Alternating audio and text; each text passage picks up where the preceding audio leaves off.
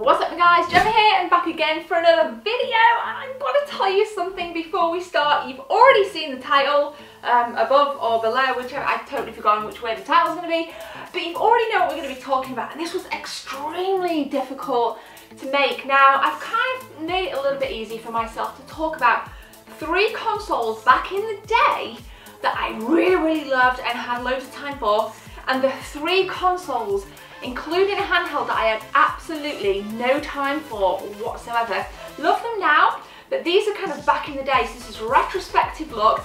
And as ever guys, I want to hear from you in the comment section. So 3 consoles that you really loved back in the day, and 3 consoles you had no time for, handhelds, whatever you want to do, make it yours. Now, we're going to kick off. May come as no surprise to you. I'm going to get the obvious one out of the way first. They're all down here, we're going to pile them up on this table. It will come as no surprise to you because it was a console that really took up the bulk of my childhood back in the day. And it's nice and straightforward. My first console that I loved back in the day, my favourite of all time, is the Super Nintendo, with classics like Super Mario World, Super Mario All-Stars, Super Mario Kart being my absolute favourite. I fell in love with the Super Nintendo even more when The Legend of Zelda: Link to the Past came out. I remember first playing it with my friend Simon. It was by accident actually. We were in his bedroom and we were like listening out for this apparent ghost he had in his house, and then all of a sudden we decided, forget that, we'll put on some Link to the Past, and I literally fell in love with it back then, and it really solidified my passion for the Super Nintendo. And a lot of you that are familiar with my channel and that know me personally know that this is where the core of my gaming was, really was. So don't really know what else I can say about that. I'm actually just gonna put it right here. I'm gonna go ahead and move these coasters. Okay, we're gonna rotate now. We're gonna rotate. So again, no hate. This is my opinion. So this is back in the day stuff. I'm gonna get the handheld out of the way first. Had absolutely no time for this. The Gameboy Advance. I'm gonna put it on top of the Super Nintendo if it doesn't fall. I had no time for the GBA. It wasn't a lack of games, because I really thought that the games that came out at the time were really solid. It was the lack of backlighting for me. Back then, it just did not appeal to me. I actually found it a lot easier to play an original Game Boy, albeit, you know, completely different platform. In terms of the actual screen itself, I thought that the original Game Boy had a better screen and more pulling power for me than this little thing did right here. So I was really disappointed, but that soon kind of changed when the SP came out, which obviously was backlit, and I could enjoy the GBA games on the SP. So I was really disappointed with the Advance, and let me know if you felt it now. I love it now, really do. Have absolutely no qualms with any of these now. But again, just felt really disappointed back in the day when that came out with no backlights. Okay, second console that really captivated me back in the day was another 16-bit console. Again, may come as no surprise, but it was the Sega Megadrive. Got the nice Model 1 here. Let me know as well if you prefer the name Sega Megadrive or Sega Genesis. Smack them comments below. But this was something that my stepsister had. I had the Super Nintendo. She had the Sega Megadrive before we traded it for the Game Gear. You may also know that story. And obviously classics like Moonwalker, Ultra Beast, Sonic 1. They were the first 3 games that I played back in Christmas 91, I want to say, my first experience. And we played Sonic 1 so much, but back on that Christmas, that every time we shut our eyes we'd see the rings. And my dad would say, look, you know, you need to come off this, you're playing way too much of it. Just as most parents used to say back then, you know, don't spend too much time on that, on the computer. You know, we'd all get those lecturing conversations, and I think for me this again is a solid game. Loved Wonder Boy when that kind of came out. There's loads and loads of really awesome games. And then when I got to school, it was literally the console wars. So I love that kind of whole, you know, this crowd loves the Sega Mega Drive, this crowd loves the Super Nintendo, and there was always bickering between the 2 geeks in school. So, you know what, these 2 consoles I have fond memories of, not just for games, but because of the arguments that ensued around this. It was all jovial fun, there was no malice in it or anything like that. So I'm going to go ahead and put that right there. And I'm going to show you now the second console that I just could not get on with back in the day. Next up then, super heavy actually, Don't hate me, but I just could not get on with it back in the day because, I'm going to lift this. Oh my god.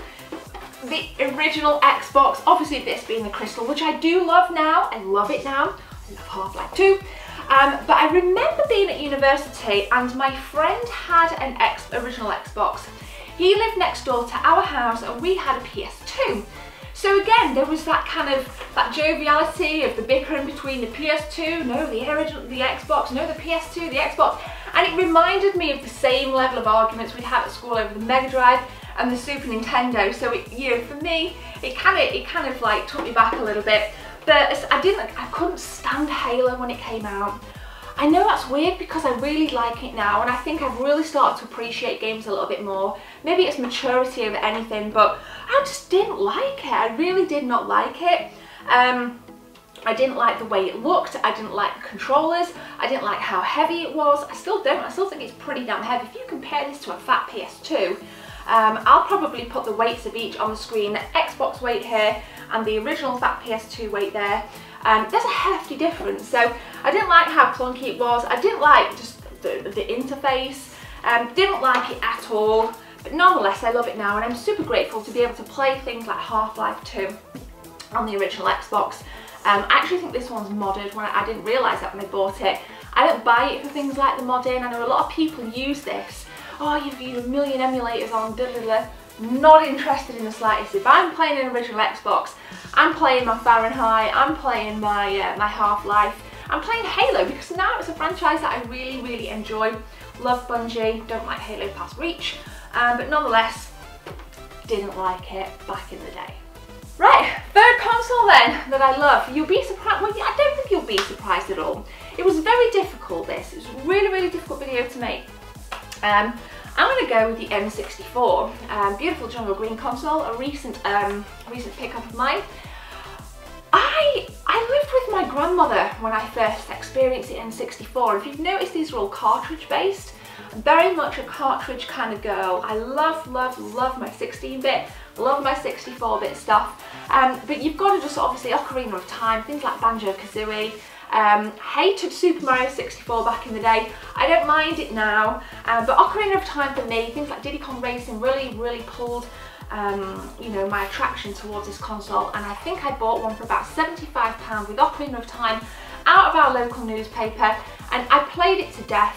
Ocarina of Time and Banjo-Kazooie were the first games that I bought brand new from Woolworths one Christmas with some money that I got from a little bonus.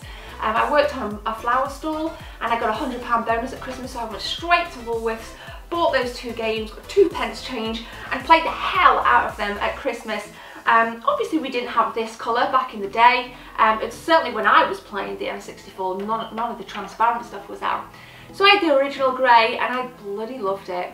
I had some great fun, and for me this was the very last console of my childhood, because shortly after I moved out of my grandma's and I got my own house when I was 16, my life changed a lot.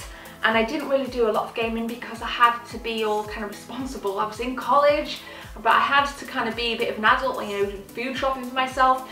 So this is the last console really of my childhood. It holds very dear memories. I love it now just as much as I loved it back then. And what can I say, man? Ocarina of Time, whew, one of the best games ever made. Third console, well, the third and final console before we conclude, that I just couldn't get on with. I just couldn't get on with. Now, we went round to my friend's house. It's impulsive. I went round to my friend's house. I ended up moving in with these people when I started university. My friend Andy had just bought one. It had just come out, and I think he was playing, I can't even say, the GameCube. I didn't get it back then. He was playing the GameCube. I think he was playing Wind Waker, and it was my first, again, experience of seeing a GameCube in action. Now, I love it now, play it a lot. A great library, difficult to collect for, but a great library of games. Beautiful console iterations as well. I think this is the Super Mario Kart console. So I was like, okay, let's take a look at, you know, and I think Wind Waker, and I didn't like the cell shading. For me, growing up on Link to the Past, you know, Ocarina of Time, Wind Waker didn't seem to captivate me as much. It's probably my least favourite Zelda, but I totally respect you if it's your favourite. Don't take offence. Again, this is all opinion based. And then he played Super Mario Sunshine, and I was just like, what is this? You know, having grown up again on the NES, the Super NES, and seeing the nice 2D side scroller, for me, you know, again, I wasn't a massive fan of Super Mario 64, but it did start to warm on me.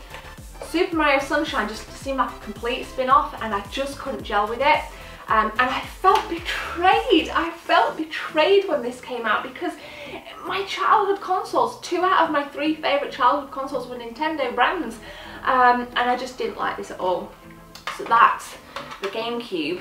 Maybe I put it on top of the Xbox. You got a nice view of it right there. That's those consoles, and then this were the 3 that I didn't like. So we got that right there. And these were the 3 that I loved. So there we go. Alright guys, I really enjoyed filming that video. I didn't enjoy it so much prepping because it was very difficult to decide. But again, let me know your comments down below. I want 3 of your favourite from being a kid or a young adult, and 3 ones that you didn't quite gel with and you may well be very much in love with them now. So thank you for watching, guys. I'll be back on Tuesday with a video. I've got a stream later on today. I'm going to be starting the Uncharted The Lost Legacy. I know a lot of people have been asking for more streams other than Battlegrounds, and I apologise, but I'm so addicted to Battlegrounds. So thank you for supporting my streams. Come on, let's come into a stream and have a chat with me. And thanks for supporting my channel. As always, I always like to round that off.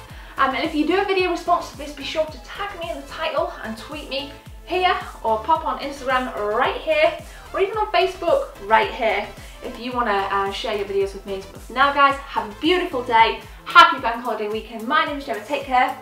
See you soon.